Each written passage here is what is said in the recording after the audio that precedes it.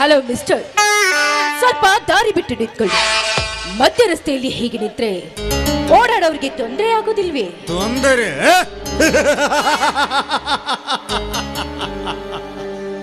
ತೊಂದರೆ ಆಗುತ್ತದೆ ಎಂದು ನಿಮ್ಮಂತ ಸುಂದರಿಯನ್ನು ಹಾಗೆ ಬಿಟ್ಟು ಹೋದರೆ ತೊಂದರೆ ಖಂಡಿತ ಆಗುತ್ತದೆ.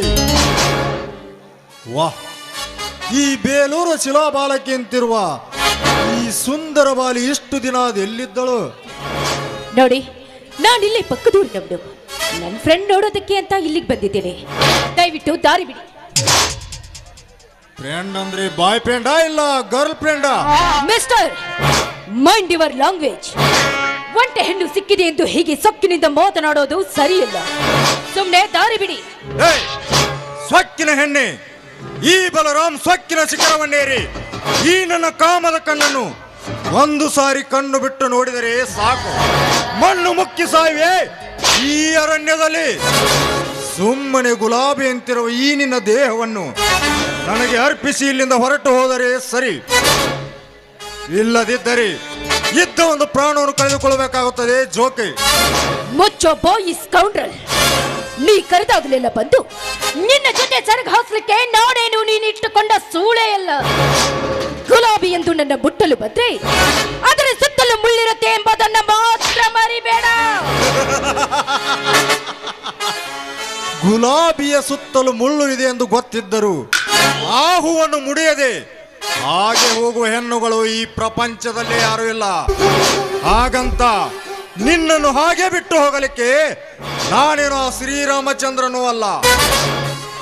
ಈ ನಿನ್ನ ಗುಲಾಬಿ ಅಂತಿರುವ ದೇಹವನ್ನು ನನಗೆ ಅರ್ಪಿಸಿ ಇಲ್ಲಿಂದ ಹೊರಟು ಹೋಗು. ಮುಠಾಳ, ಸಮುದ್ರದ ನೀರನ್ನ ನೋಡಿ ಚೆನ್ನಾಗಿದೆ ಎಂದು ಸಂತೋಷ ಪಡಬೇಕೇ ಹೊರತು ಅದನ್ನ ಕುಡಿಯಲು ಹೋಗೋದು ನಿನ್ನ ಮುಠಾಳತನ. ಸಮುದ್ರದ ನೀರನ್ನು ನೋಡಿ ಹೆದರಿ ಹಾಗೆ ಹೋಗಲಿಕ್ಕೆ ನಾನೇನು ಷಂಡನಲ್ಲ. ಅದೇ ಆಳವಾದ ಸಮುದ್ರದಲ್ಲಿ ಧುಮುಕಿ ಈಜಿ ಜಯ ಗಳಿಸಿ ಜಯಬೇರಿ ಬಲರಾಮನಿಗೆ ಸವಾಲು ಹಾಕುತ್ತೀಯಾ? ಬಾ, ಈ ನಿನ್ನ ಕೆಂದುಟಿಯಿಂದ ನನ್ನ ಕೆನ್ನೆಗೆ ಮುತ್ತಿಕ್ಕಿ ನನ್ನ ಕಾಮದಾಹ ಇಳಿಸುವ. ದೂರ ಸರಿದು ನಿಂತು ಮಾತನಾಡೋ ದುರಾತ್ಮ. ಯಾರು ದುರಾತ್ಮ? ನಿನಗೆ ಜನ್ಮ ಕೊಟ್ಟ ನಿನ್ನ ತಂದೆ ದುರಾತ್ಮ. ಈ ಸೌಂದರ್ಯ ಕೊಟ್ಟ ದೇವರು ದುರಾತ್ಮ. ನಿಮ್ಮಂತವರನ್ನು ಅನುಭವಿಸಲು ಹುಟ್ಟಿ ಬಂದ ನಾನೇ ನಿನ್ನ ಪರಮಾತ್ಮ.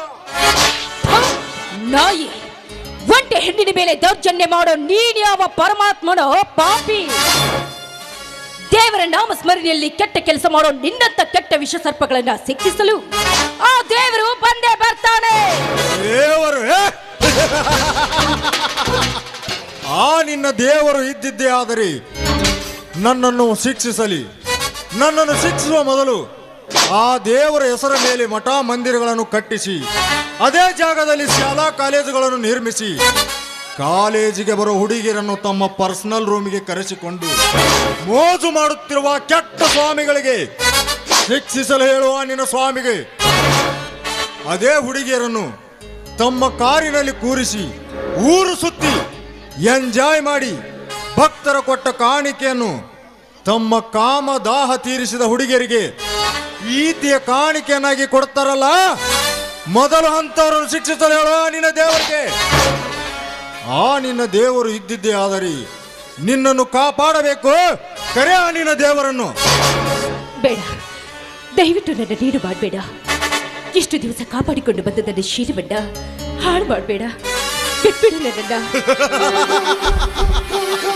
ಅಯ್ಯೋ ಹುಚ್ಚಿ, ಏಕೆ ಶೀಲವೆಂದು ಚೀರಾಡುತ್ತೀಯ?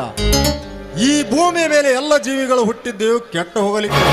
ಅಷ್ಟೇ ಏಕೆ ಗಂಡು ಎಂಬ ಜೀವ ಹುಟ್ಟಿದ್ದೆ ನಿಮ್ಮಂತ ಹೆಣ್ಣುಗಳ ಶೀಲವನ್ನು ಕುಕ್ಕಿ ತಿನ್ನಲಿಕ್ಕೆ.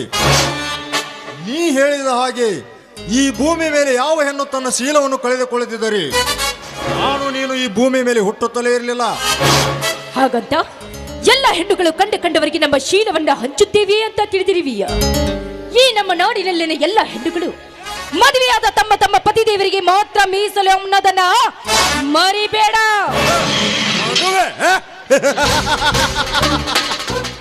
ಮದುವೆ ಎಂಬ ಮೂರಕ್ಷರದ ಅರ್ಥ ನಿನಗೆ ತಿಳಿದಿದ್ದರೆ ನೀನು ಈ ಮಾತನಾಡುತ್ತಿರಲಿಲ್ಲ. ಮದುವೆ ಎಂಬ ಮರ್ಮದ ಗುಟ್ಟನ್ನು ಬಿಚ್ಚಿ ಹೇಳುತ್ತೇನೆ. ಅಚ್ಚಳೆಯಾದ ಹಾಗೆ ಮತ್ತಳಿಕೆಯಿಂದ ಬರೆದಿಟ್ಕೋ ಈ ನಿನ್ನ ಕೆಚ್ಚೆದೆಯ ಮೇಲೆ. ಗಂಡು ಎಂಬ ಜೀವ ಹುಟ್ಟಿದ್ದೇ 18ರ ಹರೆಯದ ನಂತರ. ಅದೇ ಹರಿಯದಲ್ಲಿ ನಾನು ಗಂಡು ಎಂಬ ಗಂಡುಗಾರಿಕೆ ತೋರಿಸಲು ರೆಡಿಯಾಗುತ್ತಾನೆ. ಕಂಡ ಹುಡುಗಿಯರ ಮೇಲೆ ಕಣ್ಣು ಹಾಕುತ್ತಾನೆ. ಹಾಗಂತ ಗಂಡಿನ ತಪ್ಪಲ್ಲ, ಪ್ರಕೃತಿಯ ನಿಯಮವೇ ಹಾಗೆ. ಅದೇ ರೀತಿ ಮುಂದುವರಿಯುತ್ತಾ ಹೋಗಿದ್ದರೆ ಯಾರ ಹೆಂಡಂದಿರು ಯಾರ ಕೈಯಲ್ಲಿ ಎಂದು ಗೊತ್ತಾಗುತ್ತಲೇ ಇರಲಿಲ್ಲ. ಆಗ ಒಬ್ಬ ಬುದ್ಧಿವಂತ ಮನುಷ್ಯ ಒಂದು ಹೆಣ್ಣನ್ನು ಕರೆತಂದು ಅವಳ ಕುತ್ತಿಗೆ ಕರಮನಿಸರ ಬಿಗಿದು, ಇದು ನಿನ್ನ ವಸ್ತು, ಇವಳನ್ನು ಬಿಟ್ಟು ಬೇರೆ ಯಾವ ಹೆಣ್ಣನ್ನು ಕಣ್ಣೆತ್ತಿ ನೋಡಬಾರದೆಂದು ಪ್ರತಿಜ್ಞೆ ಮಾಡಿಸಿ ನಮಗೆ ಅವಳನ್ನು ಒಪ್ಪಿಸಿ ಹೋಗುತ್ತಾರೆ. ಏಕೆ ಗೊತ್ತಾ? ಒಂದು ಗಂಡಿಗೆ ಒಂದು ಹೆಣ್ಣು ಎಂದು ಗುರುತು ಮಾಡುವುದೇ ಈ ಮದುವೆ, ತಿಳಿಯುತ್ತಾ? ಮತ್ತೆ ಮದುವೆಯಾಗದ ಒಂದು ಹೆಣ್ಣಿನ ಮೇಲೆ ಕಣ್ಣು ಹಾಕೋದು ತಪ್ಪಲ್ಲವೇ? ಲೇ, ಸರಿ ತಪ್ಪಿನ ಬಗ್ಗೆ ನನಗೆ ಬುದ್ಧಿ ಹೇಳಲು ಬರಬೇಡ. ಎಷ್ಟು ತಿಳಿಸಿದೆ ಹೇಳಿದರು ತಿಳಿದುಕೊಳ್ಳುವ ಹೆಣ್ಣು ನೀನಲ್ಲ ಅಂದಾಗ ನಿನಗೆ ಬಲಾತ್ಕಾರವೇ ಸರಿ. ಅನುಭವಿಸಲು ಸಿದ್ಧವಾಗು.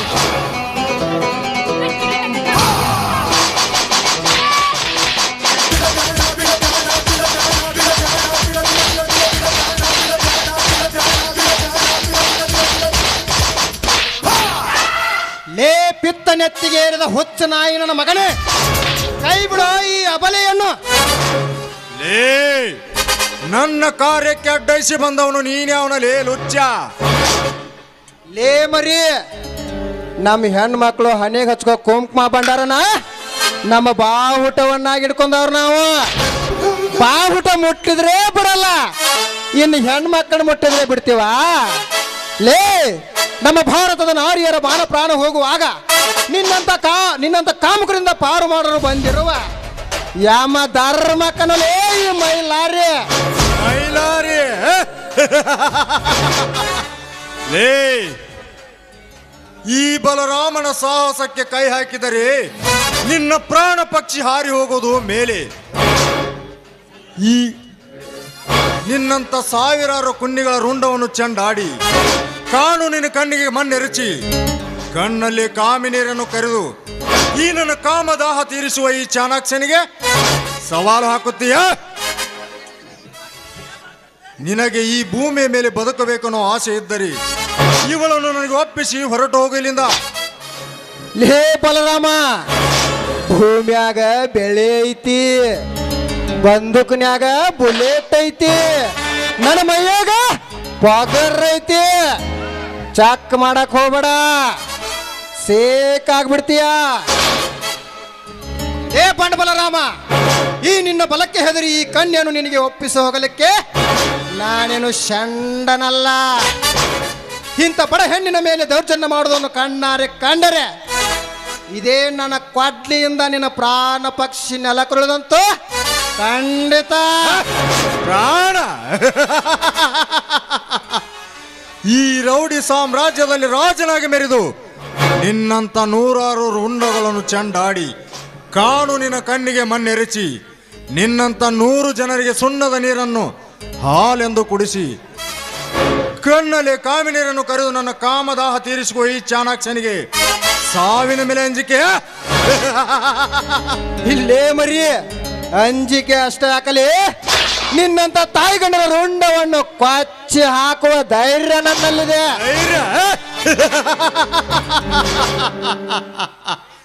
ಈ ಧೈರ್ಯ ನಿನ್ನಲ್ಲಿದ್ದರೆ ನೀನೇಕೆ ನಿನ್ನ ತಂಗಿಯನ್ನು ಕಳೆದುಕೊಳ್ಳುತ್ತಿದ್ದೆ? ಯಾರೋ ನಿನ್ನ ತಂಗಿಯ ಶೀಲಗೆಡಿಸಿ ಅವಳನ್ನು ಕೊಲೆ ಮಾಡಿ ಬಿಸಾಡಿ ಹೋದಾಗ ಎಲ್ಲಿ ಹೋಗಿತ್ತೋ ಈ ನಿನ್ನ ಶೌರ್ಯ?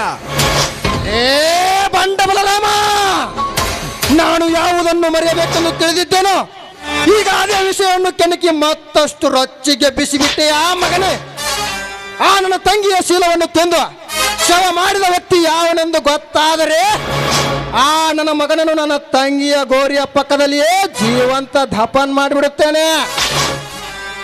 ಈಗ ಈ ಮೈಲಾರಿಯ ಕೋಪದ ತಾಪ ನೆತ್ತಿಗೇರುವ ಮೊದಲು ಇಲ್ಲಿಂದ ಹೊರಟು ಹೋದರೆ ಸರಿ, ಇಲ್ಲದಿದ್ದರೆ ಇಲ್ಲಿ ರಕ್ತದೋಕುಳೇ ನಡೆದು ಬಿಡುತ್ತದೆ. ಆಚಾರ. ಲೇ, ಈ ಊರಿನಲ್ಲಿ ನನ್ನನ್ನು ಎದುರು ಹಾಕಿಕೊಂಡು ಅದು ಹೇಗೆ ಬದುಕುತ್ತೀವೋ ಬದುಕು ಮಗನೇ, ಬರುತ್ತೇನೆ.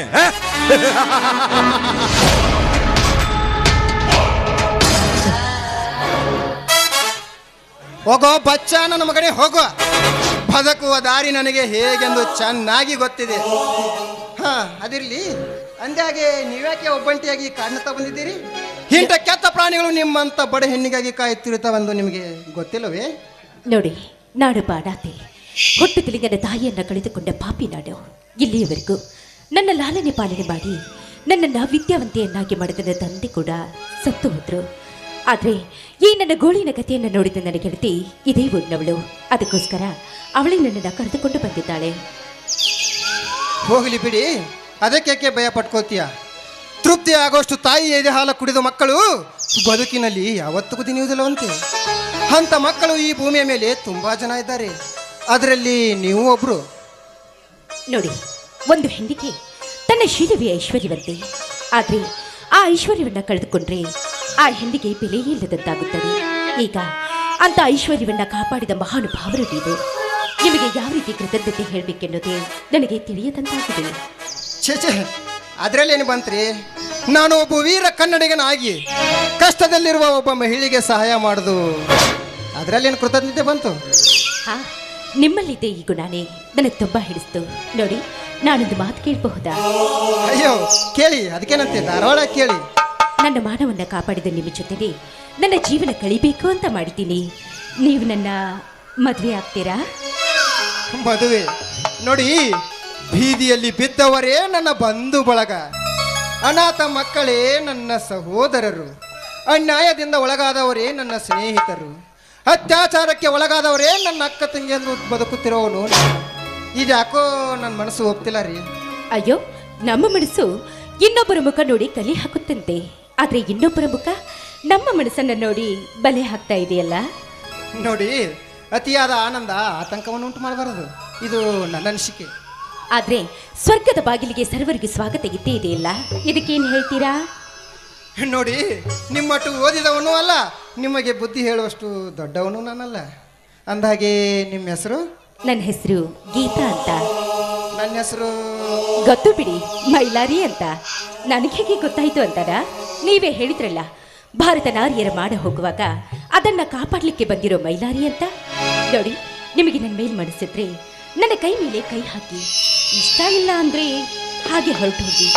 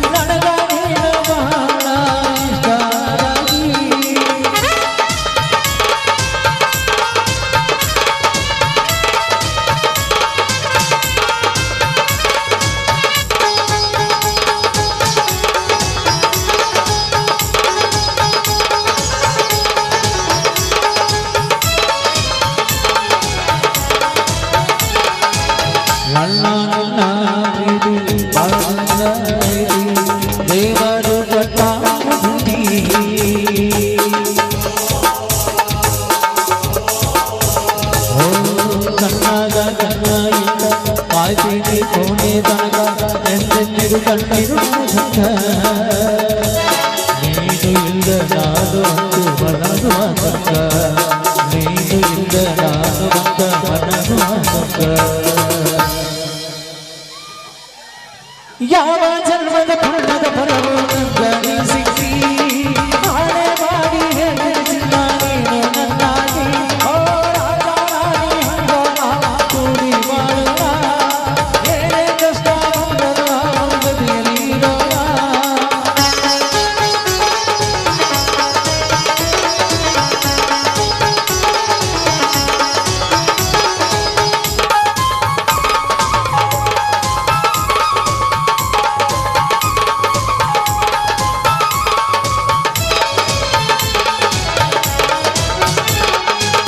ಅವಳ ರಂಗ ಅಳಿತೈತಿ ನಿನ್ನ ನೀ ನನ್ನ ಜೀವಾಧಾರ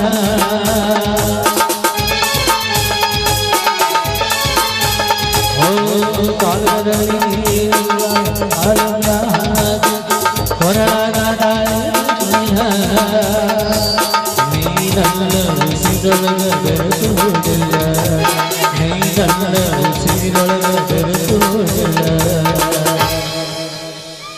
ಜೀವ